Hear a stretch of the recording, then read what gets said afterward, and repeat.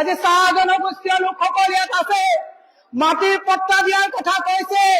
চাহ জনগোষ্ঠীয় লোকসকলক মই সুধিব বিচাৰিছো, মাটিৰ পট্টা দিছে নেকি? যি 4খন পট্টা 4-5খন দিছে, ডুপ্লিকেট পট্টা দিছে। পট্টা ইলেকশ্যনৰ পাছত ভেলিডিটি নাথাকিব, হয়নে নহয়? তেওঁলোকৰ ডাবল ইঞ্জিনৰ চৰকাৰ, ডাবল ইঞ্জিনৰ চৰকাৰে 351 টকা আপোনালোকৰ দৈনিক মজুৰি দিব পাৰিলে নেকি? পাৰিলেনে? আজি বাগানৰ অৱস্থাবিলাক চাওক।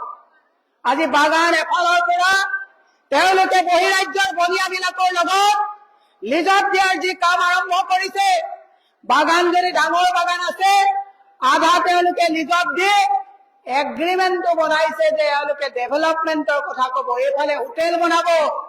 এদেও দুদেও লুটানিয়াৰ চেও বাগানৰ মানুহক থাকা যিটো তেওঁলোকে নিজৰ ঘৰত থকা অধিকাৰৰ পৰা এওঁলোকে আপোনালোকক গৃহহীন ভূমিহীন কৰাৰ যে ষড়যন্ত্ৰত লিপ্ত হৈছে, তাৰ উত্তৰ বাগানৰ বাসীয়ে দিবনে নিদিব?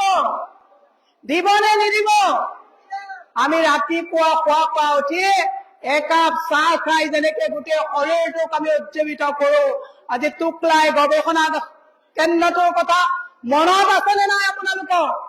আজি টুকলাই যিটো চাহ গৱেষণা কেন্দ্ৰ, তাৰ অৱস্থা আজি ভয়া লগা এটা অৱস্থালৈ গুচি গল।